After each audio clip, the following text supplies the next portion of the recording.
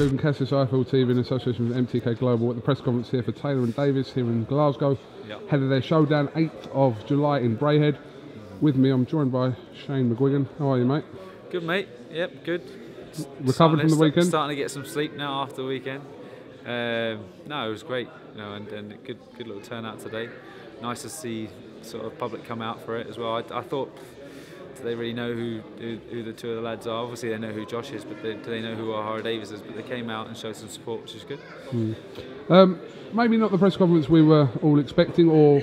I knew it was coming. I thought, no, listen, when you sign a fight, you know, you can say where's your pen and stuff. Then when we offer him a fight and he signs it, as soon as that happened, he went quiet on Twitter, and everyone's going, "Oh, Shane, you're a prick. You know, Eddie's fucking done you over," like, which he shouldn't have done publicly. Do it on Twitter, but you know, we went back and we made him an offer, and back and forth, made the fight, and O'Hara Davies went quiet. And I feel like whether it's a reality check for him or whether it's just the fact that he knows his. You know, he knows the fight's going to sell itself. So does he have to come up here and badmouth? I think, you know, he's got an entertainment side to him, and it's not just his sort of persona. You know, it's not just him. It's a persona. So it's something he puts on. So I feel like didn't catch fire as much as not so much that we would like, because we don't really want to see people throwing punches. Oh, we do here, by the way. Yeah, you guys do. You want to see that views. But in terms of for boxing, you know, I'm a boxing purist, and I like to see people being respectful and stuff. And you know, look at what Joshua and KLITSCHKO did over 1 million buys, and they basically combed each other's hair before press conferences. You know what I mean? So this shows it can be done.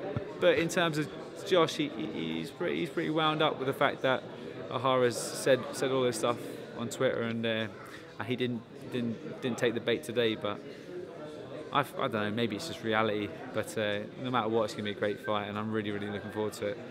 I'll have my man nice and calm before the weigh-in and fight time. Is there an argument that it is too early for both these fighters?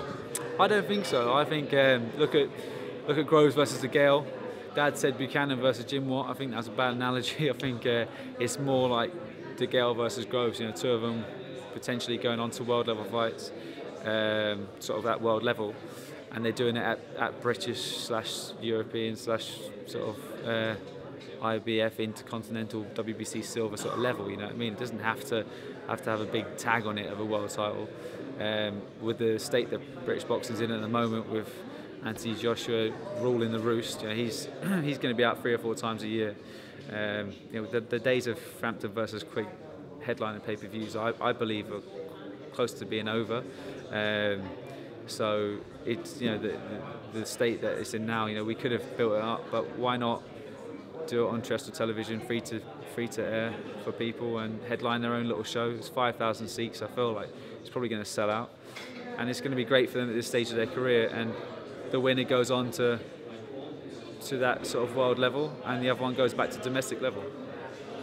It's definitely going to be interesting. I've said this, one of them things that if you leave it long enough, there's always the danger of the fight never happening as well. So exactly, that's it. You know, everyone believes that they're too big for their own boots, and they're both getting well paid for it. Don't get me wrong, and they're both headline, and I think it's brilliant. It's exactly what boxing needs.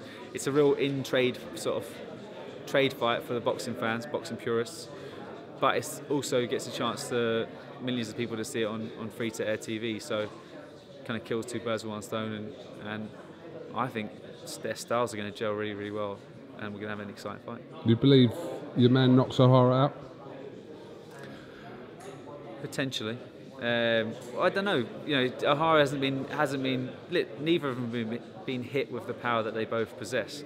So it'd be interesting to see how both of them adapt to it throughout the fight. I just feel like O'Hara's awkward. He's got slow feet. He's got long arms. Pretty decent chin. Good little lean back. Fights at a reasonable pace.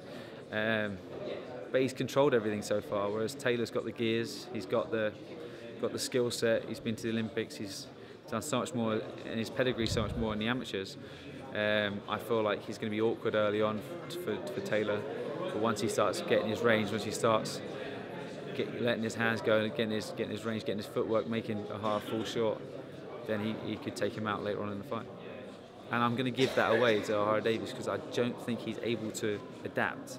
I wouldn't give it away if it was at a world level, but I'm going to give it away to him because call me arrogant. Well, I just don't think he's going to be able to adapt to that, and I feel like you can't change his fundamentals. He's all wide up wrong, as it were.